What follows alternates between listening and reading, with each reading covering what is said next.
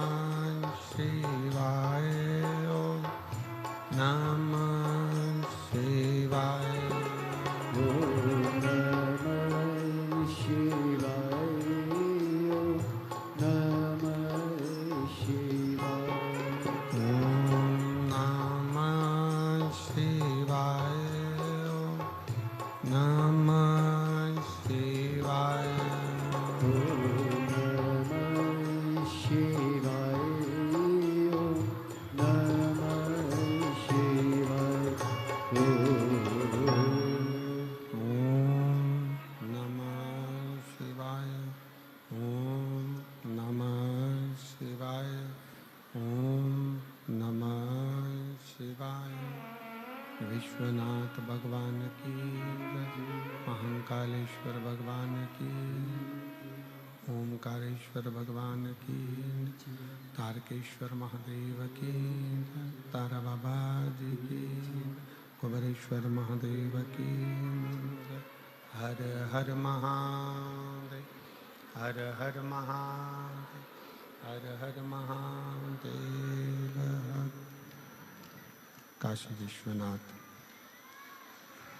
ओगरदानी त्रिकालदर्शी कैलाशी विनाशी भगवान शिव, जिनकी अमित पावन शिव महापुराण की कथा संपूर्ण विश्व के कल्याण हेतु बाबा देवाधिदेव महादेव की कृपा से, उनकी करुणा, उनकी उदारता से श्रवण करने का सौभाग्य शिव कृपा से प्राप्त हुआ है। बड़े भाग्यशाली हैं सभी शिव भक्त जो इस पवित्र पावन शिव महापुराण की कथा का लाभ ले रहे हैं।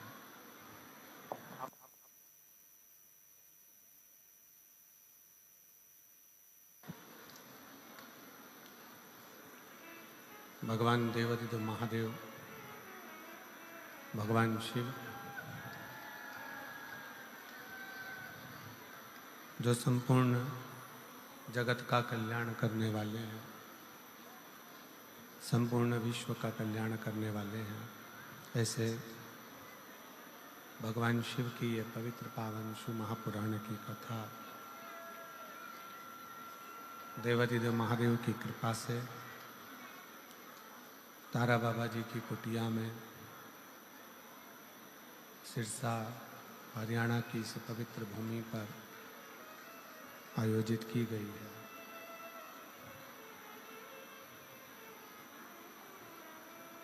बाबा संत तारा बाबा जी की कुटिया में बैठकर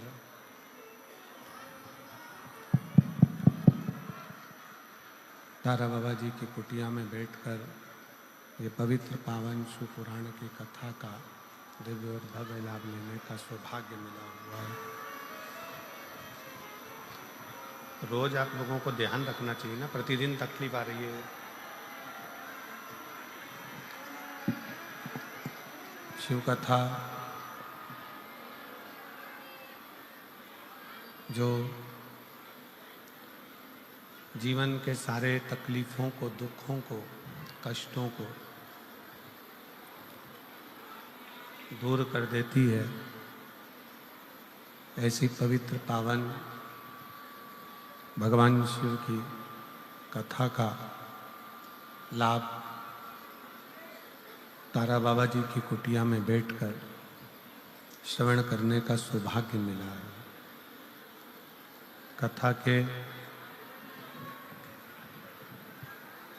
मुख्य यजमान वैसे तो स्वयं तारा बाबा जी हैं,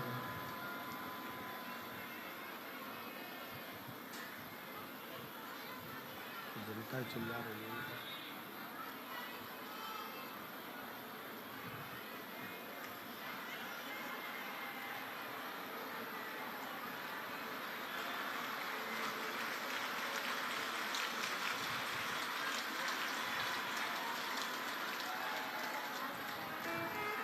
तारा बाबा जी की ये पवित्र पावन भूमि, जहाँ पर बैठकर शिव महापुराण की कथा का दिव्य और भव्य आयोजित किया है, जिसका लाभ लेने का सौभाग्य भगवान शिव की कृपा से आप और हमको प्राप्त हुआ है। कथा के मुख्य यजमान श्री गोपाल जी कांडा, पूर्व राज्य गृह मंत्री, श्री गोविंद जी कांडा, वरिष्ठ भाग नेता एवं मुख्य सेवक तारा बाबा कुटिया, श्री लखराम जी कांडा, श्री शुभम जी कांडा, श्री धवल जी कांडा, श्री धैर्य जी कांडा, कांडा परिवार सिरसा हरियाणा। एक बार यजमान परिवार के लिए जोरदार ताली बजाकर स्वागत वंदन अभिनंदन, जिन्होंने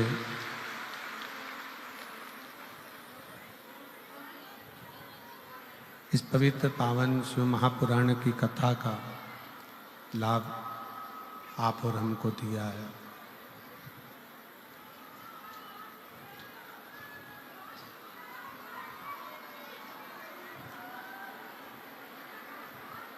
मानव का शरीर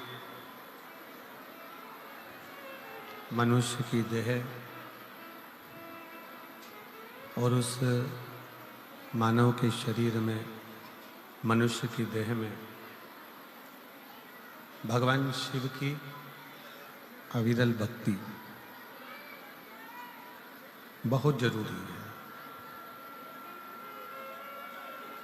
क्योंकि जब तक शिव कथा, ये बक्से जो लगे हैं, इन बक्सों की आवाज बढ़ाओ ना।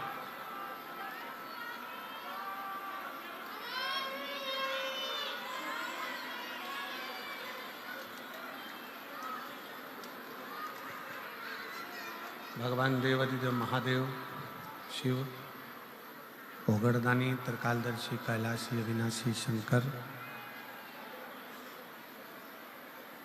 जो संपूर्ण विश्व का कल्याण करने वाले हैं, संपूर्ण जगत का उद्धार करने वाले हैं। यदि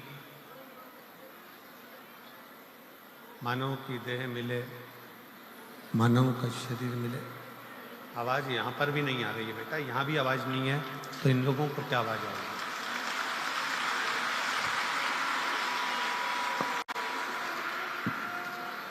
भगवान शिव, ओगड़दानी, त्रिकालदर्शी, कैलाशी, अविनाशी शंकर, जिनकी ये मानव का शरीर, ये मनुष्य की देह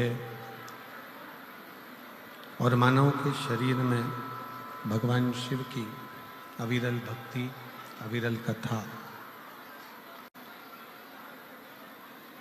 ये जीवन का कल्याण करने वाली है, कर्तार्थ करने वाली।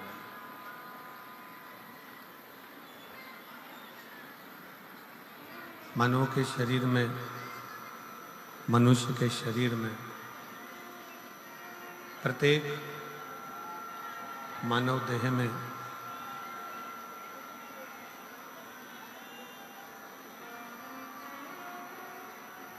हर जीव के अंदर एक शिव तत्व विराजमान रहता है।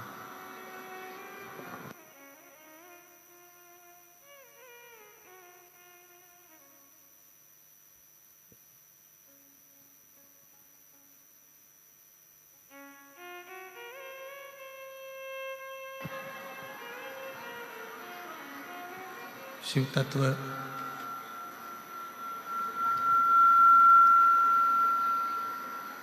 प्रत्येक मानव के शरीर में, मनुष्य की देह में, मानव देह के अंतर्गत भगवान शंकर की एक शिव तत्व विराजमान रहता है।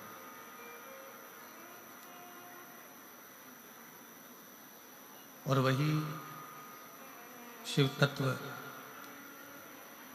आपके और हमारे जीवन में एक बल प्रदान करता है। आपके और हमारे जीवन में एक ऊर्जा प्रदान करता है।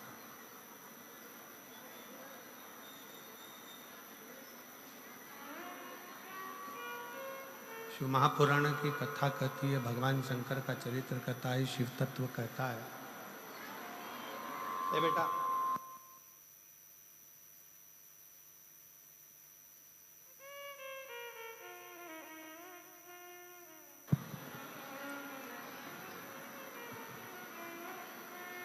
प्रत्येक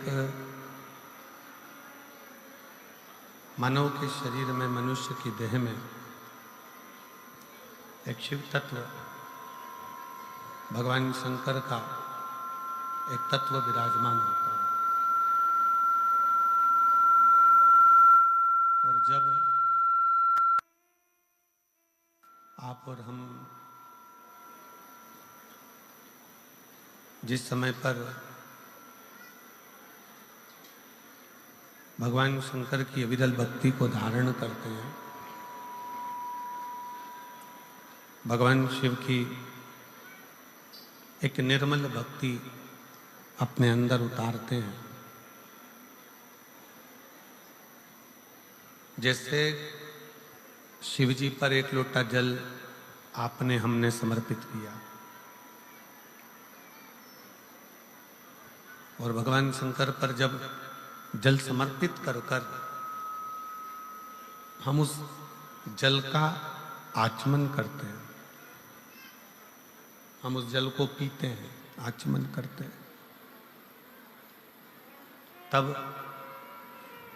उस शिवलिंग का जो तेज पुंज है, भगवान शंकर के शिवलिंग में जो तेज पुंज होता है, क्योंकि शिव महापुराण के अंतर्गत और लिंग पुराण के अंतर्गत, नर्मदा पुराण के अंतर्गत हमेशा कही गई है कि चाहे घर में जो शिवलिंग हो वो, चाहे तुम्हारे घर के पास में जो मंदिर हो उसमें जो शिवलिंग हो वो, या 12 ज्योतिर्लिंग, उपलिंग, ये जितने भी शिवलिंग विराजमान हैं, ये जितने भी शिवलिंग विराजित हैं, इन शिवलिंग पर जब हम जल चढ़ाकर उस जल का आचमन करते हैं तो उस शिवलिंग की जो ज्योति होती है, शिवलिंग की जो ऊर्जा होती है, शिवलिंग की जो एनर्जी होती है, शिवलिंग का जो बल होता है, वो बल हमारे भीतर भी उतरता है और हमारे रोगों को निवारण करता जाता है, हमारे दुखों को निवारण करता जाता है, हमारे कष्टों का निवारण करता जाता है। हमारे दुख, हमारी तकलीफें, हमारा कष्ट अपने आप समाप्त होते चले जाता है। 3 स्थान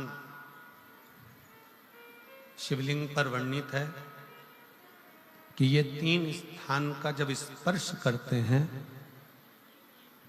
तो आप कितने भी रोग से ग्रसित क्यों ना हो, आप कितने भी रोग से घिरे क्यों ना हो, 3 स्थान का स्पर्श करने से आपको एक अलग से ऊर्जा प्राप्त होती है। और आपके शरीर में कितना भी कंपन हो रहा हो, कितनी भी कमजोरी हो रही हो, कितना भी दर्द हो रहा हो, कितना भी कष्ट हो रहा हो, 3 स्थान शिवालय में शिवलिंग के जगह पर बताए गए हैं। उन स्थानों का स्पर्श करने से शरीर में एक ऊर्जा आती है, शरीर में एक बल उत्पन्न होता है, एक ऊर्जा आती है। शरीर के अंतर्गत एक ऊर्जा का संचार होता रहता है। अब उस शिवलिंग को अपन समझें, सभी लोग जरा स्मरण करेंगे। शिवलिंग के अंतर्गत 3 स्थान ऐसे बताए गए हैं जो हमारे को एक बल देते हैं, हमारे भीतर की ऊर्जा उत्पन्न करते हैं। हमारे अंदर कितनी भी कमजोरी होगी, अगर आपने वो 3 स्थान पर हाथ का स्पर्श कर कर पंचाक्षर मंत्र नमः शिवाय या षडाक्षर मंत्र ओम नमः शिवाय या श्री शिवाय नमस्तुभ्यम का स्मरण किया है, तो वो स्थान का स्पर्श करते ही आपके अंदर एक ऊर्जा, एक एनर्जी, एक बल आपके अंतर्गत आता चले जाएगा, एक ऊर्जा आपके अंतर्गत आती चली जाएगी। 3 स्थान, पहला जो ये जलाधारी बनी हुई है, ये जो गोल जो भाग आता है, जलाधारी में जो भी गोल भाग है, वो गोल भाग का हाथ से स्पर्श करना, अर्थात जो माता जी का हस्त कमल है, पार्वती जी का, वो जो गोल जलाधारी है जिस पे शिवलिंग रखा हुआ है, वो गोल जला, ये जो चरण है जहां से पानी बहकर जाता है उस स्थान पर नहीं, जहां गोल भाग है उस गोल भाग पर अपने सीधे हाथ का स्पर्श करना और श्री शिवाय नमस्तुभ्यम का जाप या पंचाक्षर मंत्र या षडाक्षर मंत्र ओम नमः शिवाय का जाप करना, पहला। दूसरा स्थान, जहां से पानी बहकर जा रहा है उस स्थान का पानी जहां से बहकर नीचे गिरता है वो भाग पर अपने हाथ का स्पर्श, जहां से पानी बहकर नीचे गिरता है, जो जल आप चढ़ाते हो वो जल बहकर जो नीचे की ओर जाता है उसका स्पर्श, और पंचाक्षर या षडाक्षर या श्री शिवाय नमस्तुभ्यम मंत्र का जाप। फिर तीसरा स्थान बताया कि शिवलिंग में किसी भी स्थान पर अपनी हथेली का स्पर्श, केवल हथेली का स्पर्श, उसमें उंगलियों का स्पर्श नहीं, केवल हथेली का स्पर्श, और पंचाक्षर या षडाक्षर या श्री शिवाय नमस्तुभ्यम मंत्र का जाप। ये 3 स्थान ऐसे बताए हैं कि आपके शरीर में अगर बिल्कुल भी इतनी एनर्जी नहीं है कि आप 2 कदम चल सकते हैं, तो शंकर के मंदिर में, शिवालय में जाकर ये 3 स्थान का स्पर्श करिए। मंदिर से जब आप बाहर निकलेंगे तो खुद के बल पर निकलेंगे, कोई आपको उठाने के लिए जरूरत नहीं पड़ेगी। आप स्वयं के बल पर निकल सकते, स्वयं के बल पर आगे बढ़ सकते, स्वयं के बल पर अग्रणी हो सकते, स्वयं के बल पर आप आगे निकल सकते हैं। 3 स्थान हैं जहां व्यक्ति के जीवन के दुख, तकलीफ, रोग, कष्ट अपने आप नष्ट होते चले जाते हैं।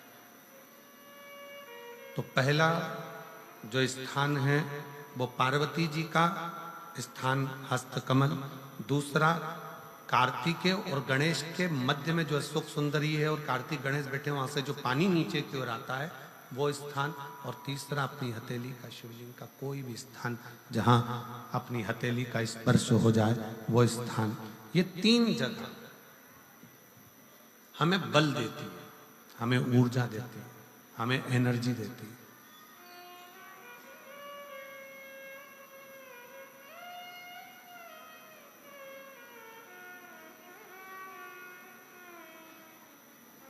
और एक निवेदन और,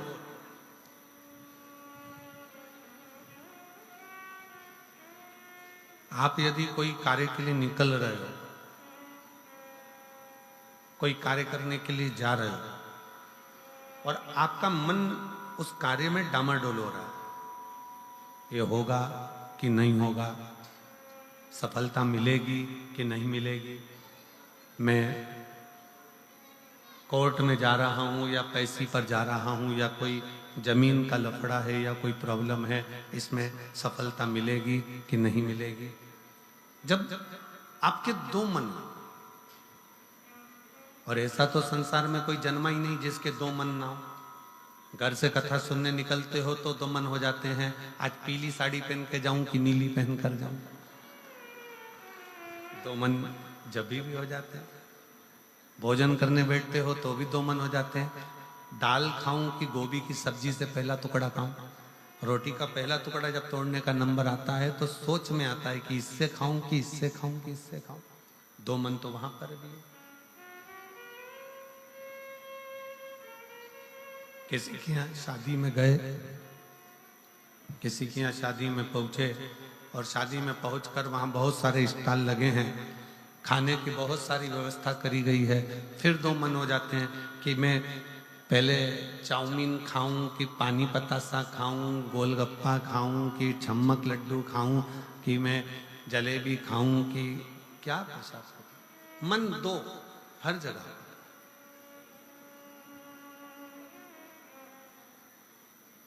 और ऐसा नहीं है कि मन दो नहीं होते, मन विचलितता देते। और शिव महापुराण की कथा कहती है कि कभी भी अगर कोई फार्म भर रहे हो, कोई एग्जाम दे रहे हो, कोई कंपटीशन एग्जाम में बैठे हो, या मेरे बेटे बेटी 10th और 12th का यदि एग्जाम दे रहे हैं, तो अपना दो मन मत करो, तुम एक मन बनाओ कि मैं इस एग्जाम में बैठ रही हूं और मेरा विश्वास कहता है कि मैं शंकर पर पूरा भरोसा करती हूं और मैंने रात दिन पढ़ाई करी है तो मैं पास होकर मानूंगी, तो वो पास होकर ही मानूंगी।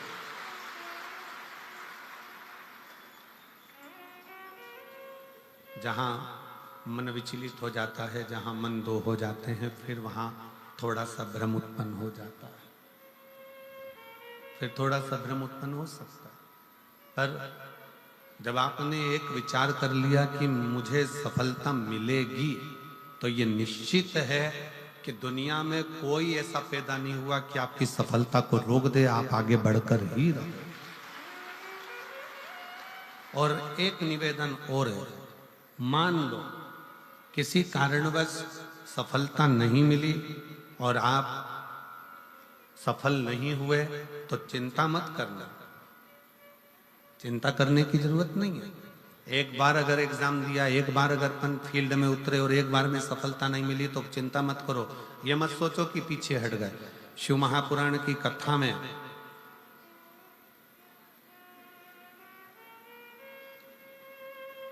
वन के अंदर भगवान शंकर अर्जुन को ज्ञान उपदेश दिए थे।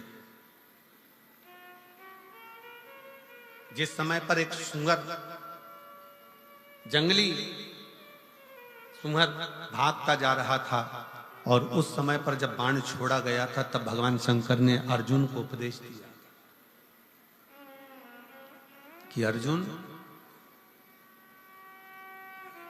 एक बार युद्ध के मैदान में अगर थोड़ा सा पीछे सरके हो तो टेंशन मत लेना, चिंता ना करा। एक कंपटीशन एग्जाम में आप बैठे हो, एक एग्जाम आप दे रहे हो और उस एग्जाम में सफलता नहीं मिल रही है।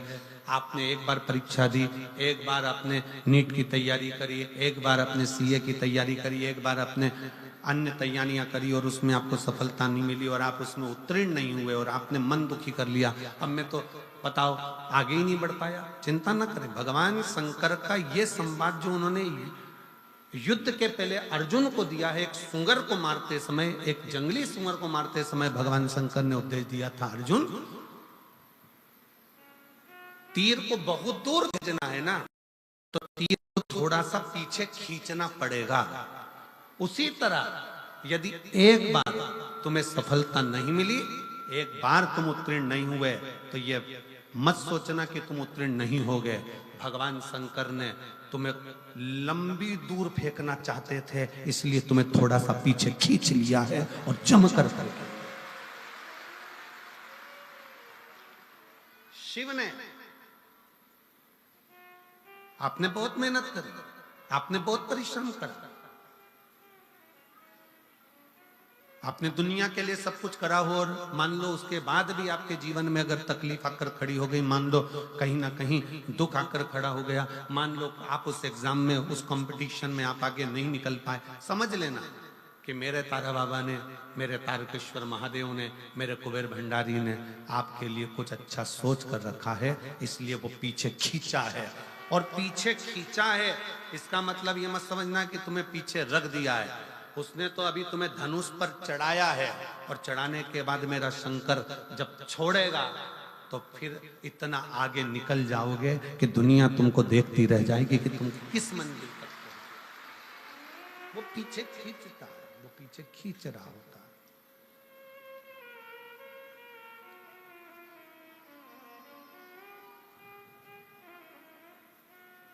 खूब मेहनत करो, खूब परिश्रम करो, खूब अच्छी लगन से कार्य करो,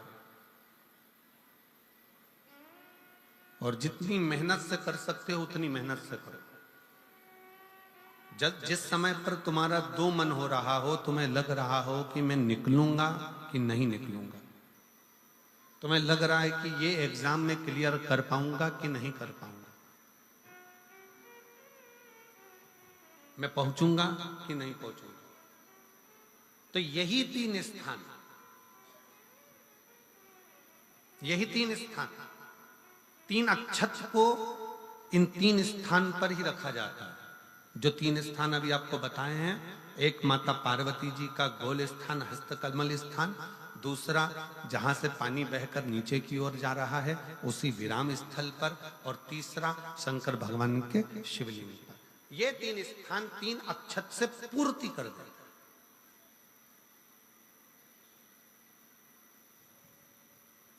जैसे प्रदोष के दिन, प्रदोष काल में जलाया गया दीप, प्रज्वलित करा गया दीप 5 स्थान पर फल देता है। कितने स्थान पर फल देता है? 5 स्थान पर। आप में से कितने लोग हैं जो प्रदोष के दिन दीप लगाने मंदिर जाते हैं या शंकर जी के मंदिर पहुंचते हैं? बहुत बहुत प्रणाम आपको, साधुता जानना चाहिए। अपना प्रदोष के दिन, प्रदोष काल में लगाया गया दीपक 5 स्थान पर फल देता है। पहला स्थान, अगर हमको या हमारे परिवार में किसी को काल सर्प दोष है तो हमारा प्रदोष का लगाया गया दीपक कहीं पूजन मत कराओ, वो दीप जलाने से ही काल सर्प दोष समाप्त होता चले जाता है। दूसरा स्थान, पितृदोष। अगर किसी ने कह दिया कि तेरे घर में पितृदोष है, तेरे घर में, कई लोग बता देते हैं कि तुम्हारे घर में, कई माताएं पूछती हैं मेरे घर में बेटा नहीं, मेरे घर में 3 बेटी हो गई, 4 बेटी हो गई, 5 बेटी हो गई, बेटा नहीं है, बेटा नहीं, तो किसी ने कह दिया पितृदोष है।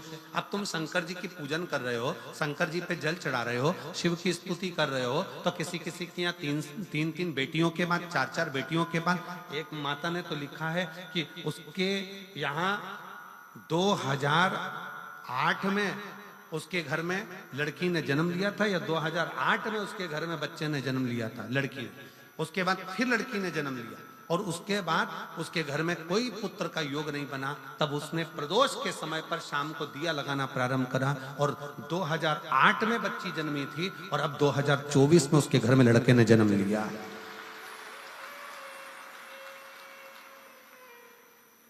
दो 2024 में उसके घर में पुत्र ने जन्म लिया। वो बेटी होगी यहाँ पर कहीं ना कहीं, जिसके घर में बेटे, पहले की लड़की हुई, फिर 2 जुड़वा लड़की हुई, जुड़वा लड़की में से एक लड़की शांत हो गई, फिर आखिरी में बच्ची के कारण बस संतान प्राप्ति का योग नहीं बना। आखिरी में उसने फिर पुनः भगवान शंकर के प्रदोष काल में दीप जलाना प्रारंभ कर। कहीं बैठी हो तो हाथ हिला सकती हैं, अगर कहीं बैठी हो।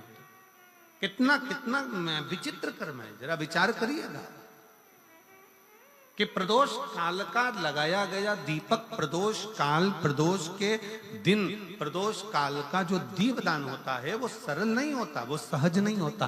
5 स्थान की पूर्ति करता है। पहला, जम के बोलो, पहला स्थान किस चीज के लिए?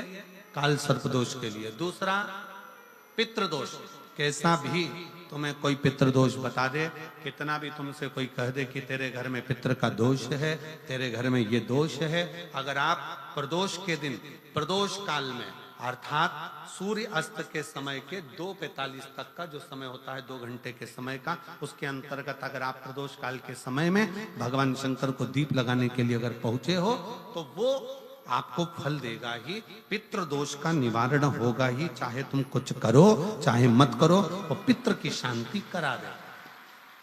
दूसरे नंबर पर है पितृदोष, तीसरे नंबर पर है वास्तु दोष। हमारे घर का अब एक बहुत सावधानी से श्रवण करने वाला विषय है।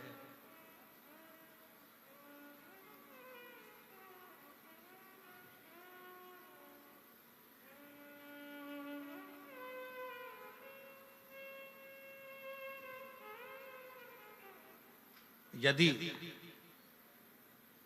वंश की वृद्धि नहीं है, 30 वर्ष शादी के हो गए, 40 वर्ष शादी के हो गए और औलाद है ही नहीं, डॉक्टर ने भी हाथ ऊंचे कर दिए,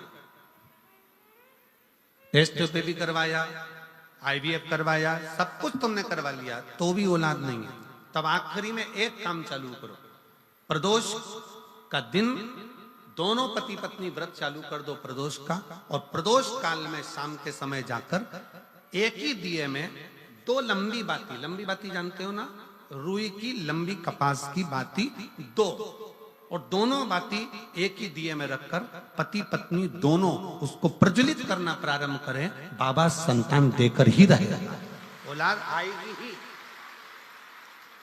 दीप की जो बाती में अंतर आ जाता है, एक गोल बाती में और लंबी बाती में अंतर आता है, बहुत अंतर आता है।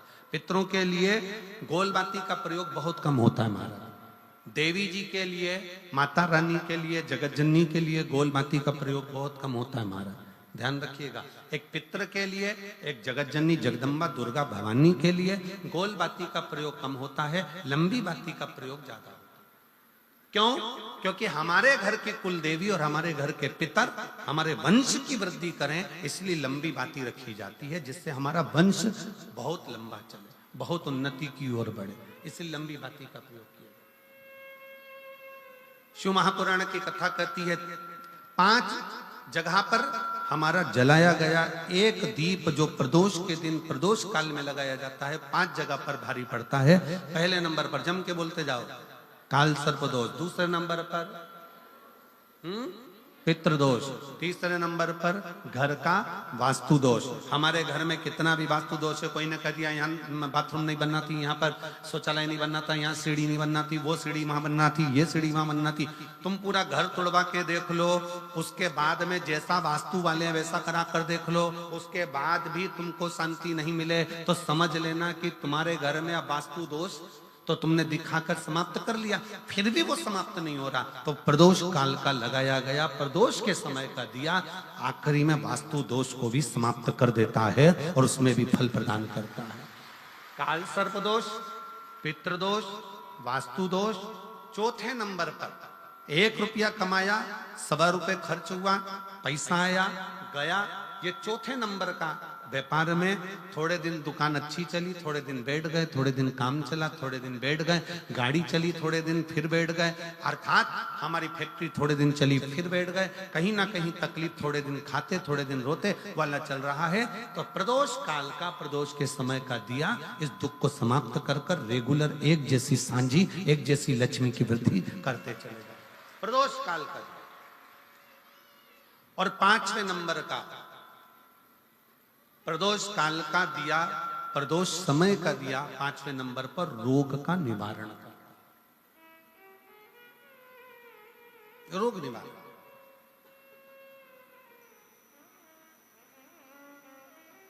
ये 5 स्थान जो बताए गए हैं प्रदोष काल के दिन, प्रदोष के दिन दीप प्रज्वलन के। और अब की बार की जो शिवरात्रि आ रही है, बाबा देव अधिदेव महादेव की बड़ी कृपा है उस पर, बहुत करुणा। 25 तारीख को प्रदोष और 26 तारीख को शिवरात्रि। अब जरा प्रदोष के पर्यांत की, प्रदोष के बाद की बिल्कुल लगी हुई पीठ से जो शिवरात्रि होती है, वो शिवरात्रि अगर उस शिवरात्रि का व्रत, साधना, तप, भजन, संसार का मनुष्य कर लेता है तो जिंदगी में उसने कोई व्रत किए ना किए हो, अगर एक व्रत शिवरात्रि का, प्रदोष की पीठ से लगी हुई शिवरात्रि का अगर कर लेता है तो उसको पूरे जीवन के व्रत का पुण्य फल प्राप्त हो। एक व्रत शिवरात्रि का प्रदोष पर्यंत की, अर्थात प्रदोष की पीठ से जुड़ी हुई। अब अगर आप कोई ब्राह्मण से, अगर कोई विद्वज्जन से, कोई पंडित जी से आप पूछेंगे प्रदोष कितनी बजे लग रहा है, वो बताएंगे। फिर प्रदोष लगने के बाद प्रदोष कब समाप्त हो रहा है, तो जिस दिन 26 तारीख हो रही है उसमें लगाया। दोनों की पीठ मिल रही, दोनों।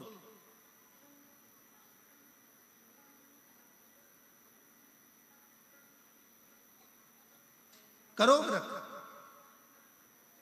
आपने कितनी भी एकादशी के व्रत करे हो, कितनी भी द्वादशी के व्रत करे हो, कितनी भी चतुर्थी व्रत करे हो, कितनी भी तीज व्रत करे हो, कितनी भी अष्टमी का व्रत करा हो, कितनी भी नवरात्रि के व्रत करा हो, कितनी भी तीज का व्रत करा हो, चाहे दुनिया के कितने भी व्रत आपने करे हो, अगर आपने एक महाशिवरात्रि का व्रत नहीं करा तो कोई व्रत का पुण्य फल आपके खाते के अंतर्गत आ नहीं पाता। शिवरात्रि के व्रत की इतनी मूलता है। पर एक निवेदन है, अगर कोई बुजुर्ग है, कोई बीमार है, कोई बूढ़ा व्यक्ति है, बहुत बीमार है, तो उसको निवेदन है आप व्रत ये नहीं कि 24 घंटे का करो, आप व्रत 2 घंटे का कर लो, 1.5 घंटे का कर लो, 1 घंटे का कर लो, 15 मिनट का करो। पर निवेदन है कि जो बीमार व्यक्ति है वो आधे घंटे, 1 घंटा, 2 घंटा, 6 घंटा, 15 मिनट पर शंकर की शिवरात्रि का व्रत ये विचार कर करना। बहू बेटा नाते रिश्ते सबको कह देना। कोई बीमार व्यक्ति है ना, वो भी कह दे कि देख बेटा मेरा व्रत है, तो घर के लोग कहेंगे पापा आपकी तबीयत खराब, मम्मी आपकी तबीयत खराब, दादी आपकी तबीयत खराब, आप व्रत कैसे कर रही हो, बच्चे की व्रत, बच्चा कैसे व्रत कर रहा है, तो कह देना मेरा 2 घंटे का व्रत है, 2 घंटे मैं बाबा का नाम लेकर, जल चढ़ाकर, जल का आचमन कर कर मेरे बाबा की भक्ति कर लो 2 घंटे की, मेरा व्रत पूर्ण हो जाएगा। मैं व्रत कर रहा हूं,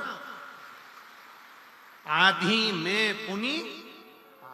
तुलसी बाबा कहते हैं थोड़े में बहुत होता है। आपके व्रत अगर कोई बीमार है उसके लिए, अगर कोई कष्ट है शरीर में उसके लिए ऐसा व्रत है, बाकी के सभी के लिए तो वही व्रत शिवरात्रि का पूर्ण व्रत है जिसमें भगवान शंकर की विरल भक्ति को हम प्राप्त करें।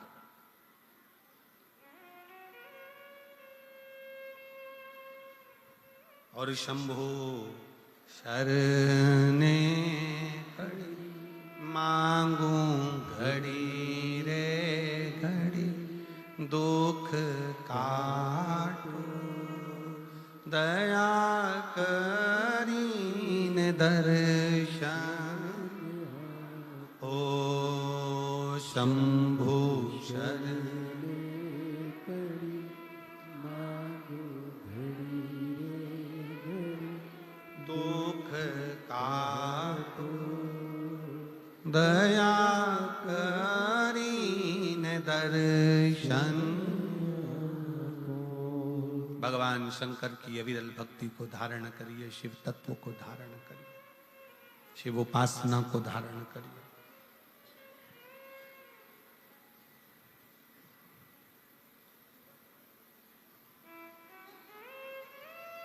महाशिवरात्रि 26 फरवरी की है, 26 फरवरी। और प्रदोष कब का है, जम के बोलो जरा, 25 फरवरी। 25 फरवरी को भी शाम के समय प्रदोष काल में बाबा का दीप लगाइए, प्रार्थना करिए और 26 तारीख का व्रत करिए बिना संकोच। और जिसके घर में शंकर भगवान के व्रत के लिए अगर झगड़ा हो रहा है तो निवेदन है व्रत बिल्कुल मत करिए।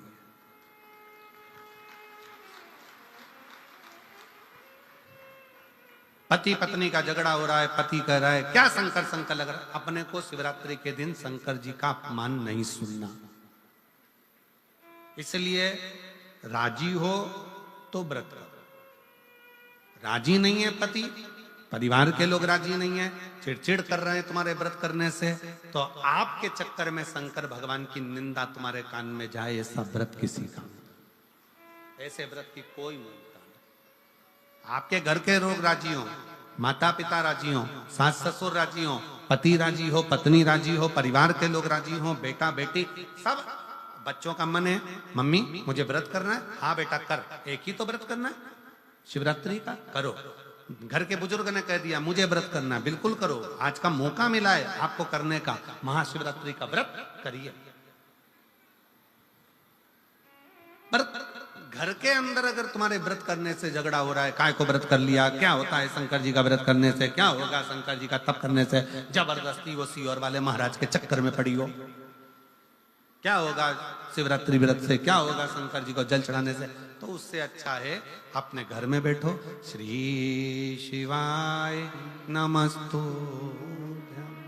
श्री शिवाय नमस्तुभ्यं, श्री शिवाय नमस्तुभ्यं, श्री शिवाय नमस्तुभ्यं, श्री शिवाय नमस्तुभ्यं, श्री शिवाय नमस्तुभ्यं। घर में बैठकर भगवान शंकर का गुणगान करो, भगवान शंकर का नाम जाप करो, भगवान शंकर की भक्ति करो, उससे बढ़कर कोई सुख नहीं, उससे बढ़कर कोई आनंद।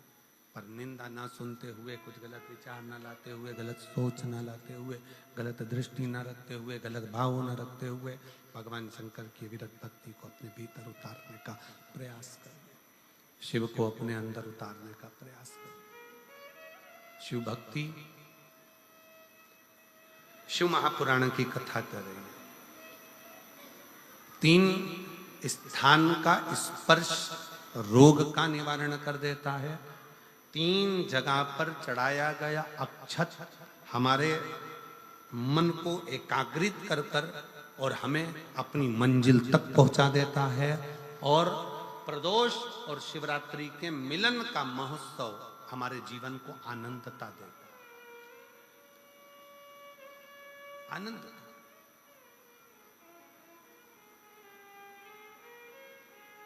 क्या सुख है।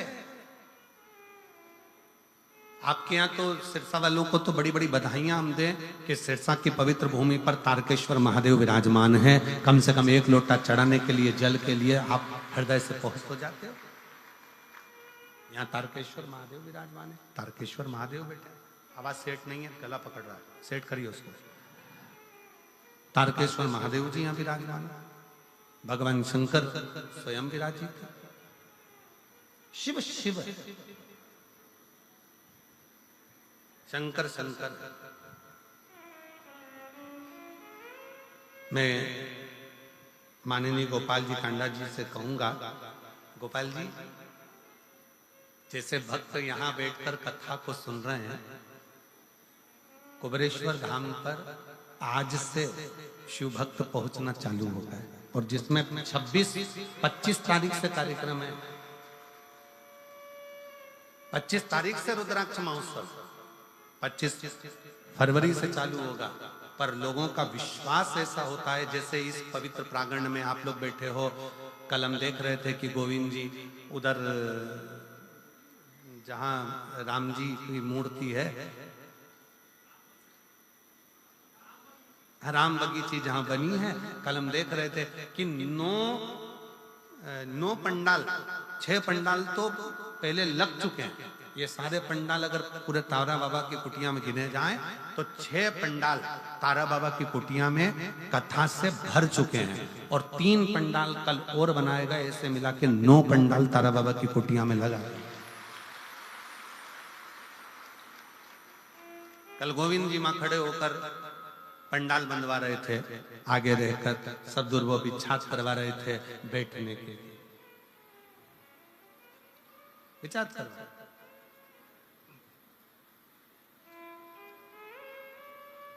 और कितना समर्पण।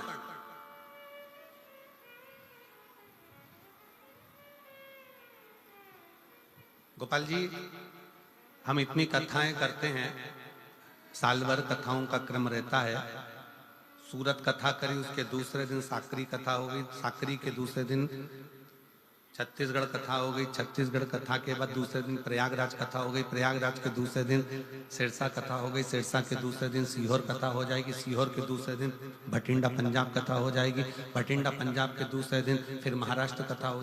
कथा रोज चलती, पर तारा बाबा की कुटिया में जो व्यवस्थाएं देखने को मिलती है कि जिनके पास में अगर ओढ़ने का कम्बल भी नहीं होता है ना, तो रात्रि के समय पर उनको देखकर उनके तन पर कम्बल भी उड़ा दिया जाता है कि इसको आप आराम से सो। इसको शिव भक्ति कहते हैं। ये दिखावे से परे है, दिखावे से परे।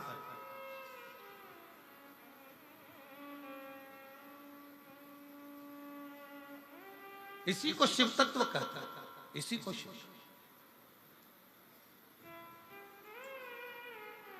भोजन भंडारा सुबह से चालू हुआ, शाम तक चलता रहा, खूब आनंद के साथ लोग प्रसाद पा रहे, सुंदर सुंदर व्यवस्थाओं के साथ में व्यवस्थित हर चीज रखी गई। और एक एक ये 9 पंडाल जो लगाए गए हैं, ये 9 पंडाल को संभालने के लिए भी कार्यकर्ताओं की टीम पूरी की पूरी संभालने के लिए ये तारा बाबा की कुटिया की जो पूरी टीम है उसने पूर्ण रूप से इसको संभाला, इसकी प्रशंसा। और शंभु शरणे पड़ी मांगू घड़ी रे घड़ी, दुख काटो दया करीन दर्शन। ओ शंभु शरणे मांगू घड़ी रे घड़ी, दुख काटो दया करी न दर्शन। शिव तत्व इसी को कहते। और जितने 9 पंडाल में शिव भक्त भरे पड़े हुए हैं, उनको एक निवेदन जरूर करूंगा, आप चिंता मत करना, आप मेरे बाबा की कथा को ग्रहण करने के लिए आए। मेरा शंकर कथा के माध्यम से हमने फिर कहेंगे, ये शिव महापुराण केवल पोथी नहीं है, ये मेरे शंकर का एक अंश स्वरूप है। जब हम कथा सुनते हैं, श्री शिवाय नमस्तुभ्यम बोलते हैं, बोलने के बाद जब हम मौन हो जाते हैं, उस समय पर आपका दुख काटने के लिए मेरा शंकर आपके कर्ण से प्रवेश कर कर आपके हृदय में बैठकर आपके घर तक जाकर आपके दुख को काट देता है। ये दुनिया लोग कहते कि कथा है, दुनिया की दृष्टि में लोग कहते हैं कि ये शिवपुराण है, हमारी दृष्टि में ये कथा नहीं है, हमारी दृष्टि में तो हमारा शंकर है, हमारा शिव।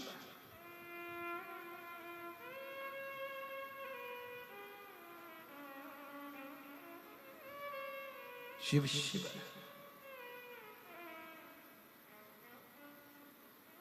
और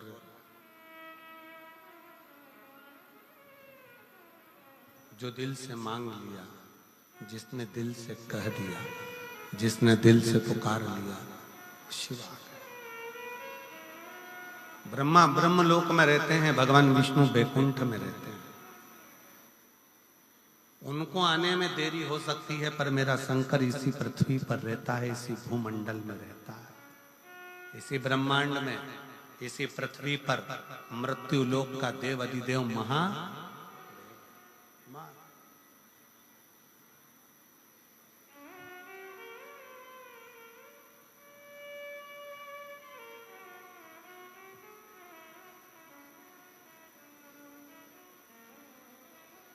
गोपाल जी, लोग कहते हैं गुरुजी आप वहां कैलाश मानसरोवर की यात्रा करे हो कि नहीं करे हो? आप कभी कैलाश गए हो? हम नहीं, महाराज जी हम नहीं।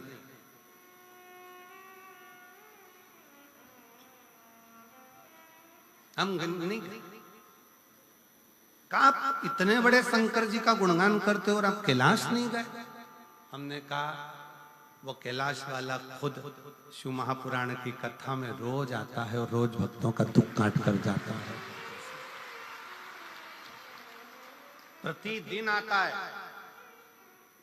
लोग कहते हैं कि शिव महापुराण सुनने के लिए केवल शिव भक्त आते हैं, पर हमारा विश्वास कहता है कथा के पंडाल में जिस स्थान पर शिव पुराण की कथा होती है, उस स्थान पर उस पुराण की साक्षी में शिव महापुराण में 7 दिन लगातार रोज प्रतिदिन मेरा शंकर स्वयं शिव पुराण में लिखा। शिव महापुराण के उमाखंड में भगवान शंकर कहते हैं, और जिस समय पर शिव महापुराण की विद्येश्वर संहिता में वर्णन किया, तुमरुका जी कथा कहते हैं, ईश्वर जी और गोरा जी, शंकर जी और पार्वती जी यजमान बनते हैं। यजमान बनने पर जब कथा विराम होती है, विराम के समय पर तुमरुका जी से शंकर भगवान कहते हैं कि आपने कथा बाची है तो आपकी दक्षिणा क्या है? आपने कथा बाची है तो आपकी दक्षिणा क्या है? तब उस समय पर तुमरुका जी कहते हैं भगवान शंकर जी से, ईश्वर जी गोरा जी से, हमको अगर दक्षिणा देना है मेरे विश्वनाथ, तो दक्षिणा ऐसी दीजिए कि जिस स्थान पर शिव महापुराण की कथा हो, आप कैलाश और काशी छोड़कर उस स्थान पर 7 दिन विश्राम कीजिए। ये ईश्वर जी और गोरा जी ने भगवान तुमरुका जी को वचन दिया है, तुमरुकेश्वर को वचन दिया है, तुमरुका जी को वचन दिया कि जहां शिव महापुराण की कथा होगी उस स्थान पर मैं विराजमान रहूंगा।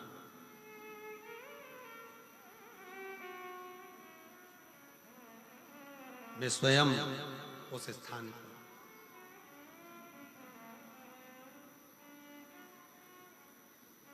और कितनी विचित्र शिव महापुराण की कथा का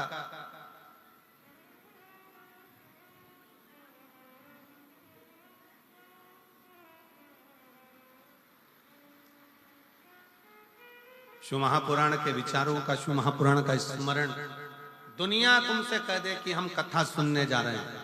मेरी जीजियों, अगर आपके घर के लोग पूछें कि कहाँ जा रही हो, तो कहना शंकर भगवान से मिलने के लिए, उसको निमंत्रण देने के लिए जा रही हूं, मेरे घर पर पधारना, मेरा दुख निकलने, मेरा कष्ट निकलने। एक पत्र है, देखिए।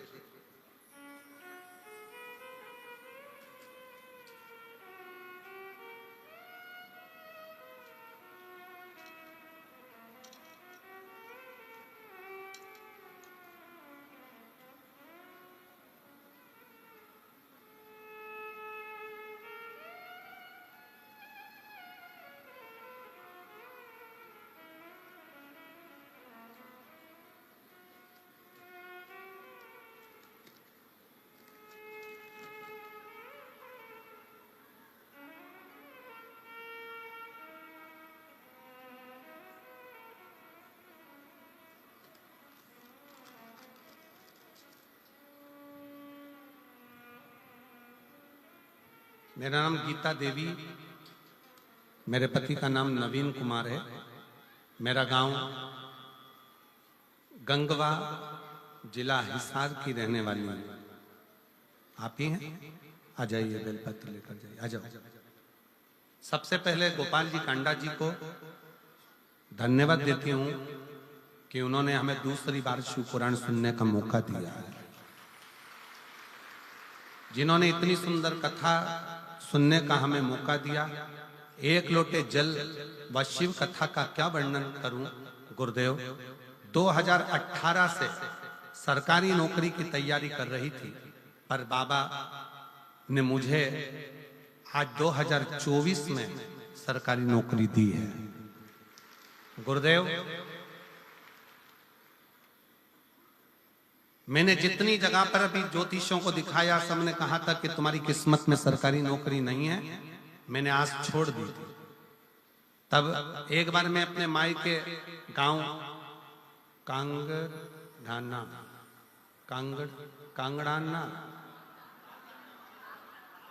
कांगड़ाना सिरसा आई थी। तब मेरी माँ ने मुझे कहा था कि टीवी पर जो महाराज कथा कहते हैं ना, वो सिरसा में आए हैं, गोपाल कांडा जी, गोविंद कांडा जी बुलाए। मैंने सुना है कि जब वो कथा कहते हैं तो उनके पंडाल में बैठकर जो मांगा जाता है वो बाबा देता है 3 महीने के अंदर। चल तू मेरे साथ कथा सुनने के। मैं अपने मायके आई, मैं आपको जानती नहीं थी। पहली बार मैंने पंडाल में बैठकर शिव महापुराण की कथा इस मायके के अनुसार यहाँ बैठकर श्रवण करी। उस समय पर इस पंडाल के अंदर मैं नहीं आ पाई थी, बाहर के पंडाल में बैठकर मैंने कथा सुनी थी। वहीं बैठकर श्री शिवाय नमस्तुभ्यम कहते हुए बाबा से निवेदन करा और बाबा की ऐसी कृपा हुई कि 3 महीना भी पूरा नहीं हुआ और बाबा ने मेरा पुलिस में भर्ती करवाया और मेरी नौकरी लग गई। फोटो भी लगा रही हूं। बाबा की कृपा ऐसी हुई कि 3 महीना भी नहीं हुआ और बाबा ने मुझे पुलिस में नौकरी में लगा दिया। गुरुदेव 6 साल से तैयारी कर रही थी नौकरी की, पर मुझे क्या मालूम था कि पंडाल में बैठकर कथा सुनने में 3 महीने के अंदर मुझे नौकरी मिल गई। मैं बाबा को यहाँ प्रणाम करती हूँ। शिव तत्व किसको कहता है? एक पत्र और बड़ा सुंदर है, देखिएगा। मेरा नाम केलो देवी है और मेरे पति का नाम राजकुमार है। मेरा मोबाइल नंबर ये है, आप ही हैं, आ जाओ, आ जाइए। मेरा गांव कर सिंधु जिंद हरियाणा के निवासी हूं। आपके चरणों को प्रणाम करती हूँ, नमन करती हूँ। एक लोटे जल का मैं क्या वर्णन करूं। मेरी पहली बार कथा सिरसा हरियाणा में यहीं पर 2 दिन की कथा सुनी थी। 2 दिन की कथा सुनी और इसी पंडाल में बैठकर मैंने बाबा से विनय करी थी। 2 वचन मांगे थे बाबा से। बाबा, पहला, मेरा लड़का ठीक से बोल नहीं पाता, उसके शब्द नहीं निकल पाते, और दूसरा, मेरा लड़का जेईई की तैयारी कर रहा है और कई साल हो गए पर उसका सिलेक्शन नहीं हो रहा। बस ये 2 वर मांगकर 2 दिन की कथा सुनकर इसी पंडाल से चली गई। गुरुदेव, हमको नहीं मालूम था कि बाबा पंडाल में बैठकर मांगने वाले को इतना जल्दी दे देता है। बाबा बाबा है गुरुदेव। मेरे लड़के ने मुझसे कहा, माँ क्या सही में मेरी आवाज ठीक हो सकती है? क्या मैं पूरा बोल सकता हूँ? क्या मेरी आवाज पूर्ण हो जाएगी? क्या मैं सही सबके जैसा बोल पाऊंगा? तब मैंने अपने लड़के को कावड़ भरने के लिए सीहोर भेज दिया। कावड़ भरकर आया सीहोर की, और वहां से आने के बाद रुद्राक्ष लेकर आया। रुद्राक्ष लाने के बाद मेरे बेटे की आवाज 90% आवाज पूरी ठीक हो गई। जैसे ही कावड़ भरकर आया और रुद्राक्ष लेकर आया, 90% आवाज ठीक हो गई। और बाबा की ऐसी कृपा हुई कि मेरे बेटे का जो दूसरा वर मांगा था जेई में सिलेक्शन, आज मेरे बेटे का 99.14 के प्रतिशत से मेरे बेटे का जेई माइंस में रिजल्ट आ गया है और मेरा बेटा आज सरकारी कॉलेज में पढ़ रहा है। मैं बाबा को धन्यवाद देने के लिए